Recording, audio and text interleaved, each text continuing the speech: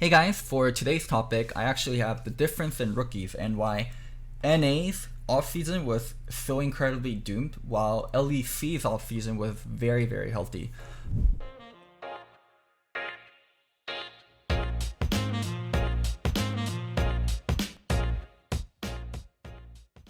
Let's start with some stats for the 2020 offseason. The entirety of the offseason isn't finished, and some of the roster moves are not completely confirmed, but I do want to talk about what LCS looks like and what LEC looks like. For LCS, going into 2020, we will have one rookie in Johnson for Dignitas. For LEC, there's going to be 11 rookies going into the 2020 offseason. That's a little bit above 20% of the league. That is so much compared to LCS. And EU does this almost every single year. I mean, Veteran loves to mention this fact, but almost every year, EU sends a team of majorly rookies to Worlds. Now, for LCS and imports, we have 23 imports. It's almost 50% of the league. And you might ask, how can we have 23 imports when you're only allowed 2 import per team? Because there's players that have gotten green card, there's players that have gotten grandfathered in as residents. There's 23 imports out of 50 players. Just let that sink in. For LEC, they have 6 imports. So you can see the vast difference of how the offseason looks for LCS compared to LEC. And this is why the salary gap is so huge compared to LEC and LCS. In LEC, teams can openly take chances on rookies that are ready for the highest level of play and won't be that far away from veterans, where for LCS, none of our rookies are truly ready and we have to keep importing, so our salaries are going up and up. It has to do with additional teams coming in. While EU didn't have any new team coming in, they had Splice rebrand to Mad Lions, but LCS had 2 teams coming in, and they also had Dignitas kind of coming in from last year. So let's talk about why rookies are so bad in NA compared to rookies in Europe. The first thing that we have to mention is solo queue. There's 2 main phases that players will go through before becoming an actual prospect or a pro player. First one is solo queue, and then second one is amateur scene. I mean, you can go from solo queue straight to LCS, but that's very rare, and the more common thing is you are a solo queue player first, and then you go through the amateur scene, and then you become an LCS pro. So yeah, let's talk about solo queue. NA solo queue is bad. There is no way about it. It started from a long time ago and it became a self-fulfilling prophecy, and there's other aspects to it. But earlier on, with like early versions of LCS and even before LCS, a lot of the NA pros didn't take solo queue seriously and they just kept recycling their friends. So it made this like negative cycle and a self-fulfilling prophecy. NA solo queue is bad, so we shouldn't pick up players from solo queue. So the pros think solo queue is bad, so there's no reason to try hard. Since there's no reason to try hard, the solo queue environment becomes bad. And then now with the huge influx of streamers, high ping, it's generally meaningless. Compared to Korea and Europe, being high up in North American solo queue just does not carry that much weight. If you're consistently rank 1, yes, that means something, but even being rank 1 in NA compared to being rank 1 in Korea or Europe just carries so much less meaning. So yeah, it's this complete cycle of it doesn't mean much, so let's not try hard. Let's not try hard, so it becomes meaningless. And it's been a huge problem, and there is no easy solution. The ping problem, people mention splitting servers, people mention moving the server back to Cali, people mention just running private in-house S24/7. None of these are very feasible solutions. It's impossible to split the server into East and West just due to the low amount of player base that NA has compared to the other regions. And maybe like the only feasible solution is once you get to Challenger, the servers switch to West Coast, because majority of Challenger are players on the West Coast side. So maybe you cater that way. But yeah, for right now, NA solo queue is just a shithole, and it doesn't look like it's gonna get better in the near future. Now, for Korea and Europe, majority of people play on extremely low ping. In Korea, it's actually hard to find people on double-digit ping, and everyone's on either 5 ping or 8 ping. For you to get to double-digit ping, you have to have really bad internet, and internet in Korea is very competitive. The 2 telecom companies, SKT and KT, funny enough, they're both in esports, compete with each other to provide the best internet possible. So for like $20 a month, you can have god tier internet in Korea. So everyone in Korea pretty much has god tier internet.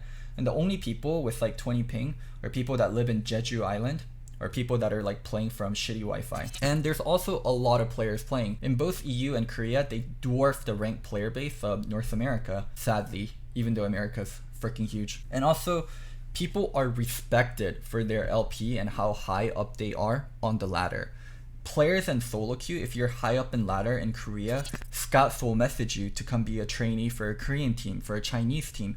Scouts will message you to come try out for LCK teams or for challenger teams. Like, being high up in ladder in Korea is so worthwhile. Where, yeah, same thing for Europe also. They have a high elo community and people respect you or not respect you based on how well you do in solo queue.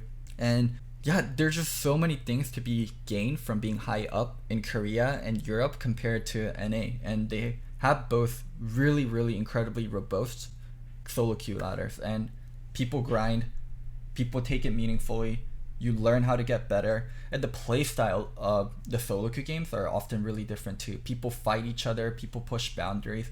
You just get better, and you just get mechanically way better by playing in Korea and playing in Europe. Where in NA, it really does not make sense to spam a lot of solo queue games, and it drives you nuts. You have so much idiots, so much trolls, so much streamers, where even as a coach, I wasn't that harsh on players for not playing a lot of solo queue, and we found creative ways to spend our time after scrims, watching VODs, doing one-on-one, doing matchup practice, or doing additional scrims, doing like a serve set, where in Korea and Europe, playing solo queue was actually very meaningful practice. Now let's go beyond the solo queue. What happens in challenger scene? What happens in challenger scene in Korea, in Europe, in NA? In Korea, the challenger scene is incredibly competitive. There's a lot of companies looking to get into LCK, and there's a lot of companies wanting to invest into League of Legends and esports, so they start their own challenger teams. They bring over players that are maybe a little bit on the older side that have experience combined with raw talent from Korean solo queue, and they make strong teams and they do their best to relegate teams. I mean, Korea still has relegation compared to LEC and LCS. And a lot of the talented challenger players, they will be straight up trainees from like SKT, KT, Samsung, where the challenger teams will make offers for the trainees and they already have experience playing under these great orgs and great coaches and playing some scrims, so they'll be somewhat ready. All the new hyped up Korean teams came straight from Challenger without LCK experience, like Griffin, Down One Gaming, Sandbox. Like, these are just straight legit Challenger teams. Like, these are not like LCK teams that got relegated and that went back up. These are teams that were in Challenger that like grouped together with other Challenger players and like trained within that system and became world class within a year. Now in Europe has EU Masters and all the regional leagues. Basically, there's like 8 or 9 regional leagues that are robust, that have like 8 or 9 teams that are competitive, where people make a full-time living. I think someone put this in like really good comparison for me. In NA, there's about, let's say, 25 teams, like 25 fully professional teams with coaches scrimming day to day, including all the LCS teams, academy teams, collegiate teams, and amateur teams. Where in Europe, the number is close to like 100, or can be up to all the way to 150 like professional teams with full-time players and full-time coaches. So you can see like this massive size difference of the professional scene. And people take pride in playing in these regional leagues. People love playing in this, and they can go to school, they can make a full-time living, and they can eventually come into LEC. And it's really good for the LEC teams also. They can scout these players and they can know if they're good or not. Like, a player completely demolishing academy in NA might not be good enough for LCS, but in Europe, players going off in EU Masters like Nemesis, Self-Made, Humanoids, like they will be good when they get to the LEC level. It's just a completely different ballpark and a completely different system altogether. Now, for NA, we have Academy. Our Academy League is dog shit. It's basically a reserve league for players not good enough for LCS, and they just go to Academy. And there's a lot of recycling of old faces. There's not a lot of new players coming in. Hell, even our scouting grounds, the first scouting grounds was great, but by now, like, this scouting grounds is kind of garbo. Like, there's just not enough new faces, and it's just old people from collegiate and amateur scene getting recycled, like Zig and Inori. Oh my goodness. And also, in Academy, it doesn't have the best coaching. No one wants to coach Academy, and as soon as you become a good enough coach, you get promoted to LCS and you want to get the hell out of there. And no one also really wants to be there. It's just a place where you're in, like it's like a weird limbo, and you just want to fast track to LCS. You don't want to improve. Your goal of academy is not to improve. Your goal in academy is to get to LCS as fast as possible. And ultimately, the teams that run academy, these LCS teams, they just don't care either. So yeah, is it the chicken or the egg? Is it because the teams don't care our academy is bad, or is it our academy is bad that the teams don't care? I'm going to have a separate video on what I want to see from LCS and academy, and how I want them to blow it up and do it new altogether. But yeah, for now, just know LCS Academy, dog shit. Now, let's go to the final product of a prospect. So an NA prospect goes through shitty solo queue, and then comes to academy and doesn't get proper coaching or doesn't get proper attention, and they finally might start in LCS. They have never been in a good or a healthy team environment. They have never been tested. They're very raw mechanically, and more often than not, they're very spoiled. Is it the problem and is it the fault of all these prospects? To a certain degree, yes, but also the system they're being put through to become a pro player is just so bad. Like, we can't get good pro players when our system underneath LCS is so bad. And then now compare that to a prospect in LEC or a prospect in LCK. They have been in team environments, they have been under good coaching, they have been tested, and they need to know things beyond mechanics. And often enough, if they were spoiled brats, they would have gotten weeded out in the system before. But for NA, we really don't care, and we get so much spoiled academy players. So yeah, it's kind of doomed. The solution for this is a more robust amateur scene with a lot more people that want to be there, in terms of the orgs running it, in terms of the coaches running it, in terms of the players actually there. And I'll talk about that somewhere down the line. But yeah, NA, our academy system is absolutely doomed. Our amateur system is non-existent, and we're going to need to do something about it if we want to compete with these regions in the future. And the whole idea of, but there's like, we can import these young EU rookies, we can import these like young Koreans, that's not even a thing anymore.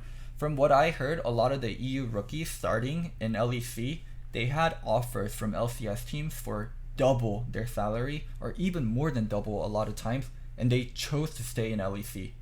LEC is cutting down on budget, and European players are still choosing to play for LEC teams, where for LCS teams, we're increasing our budget, and we can't even get rookies.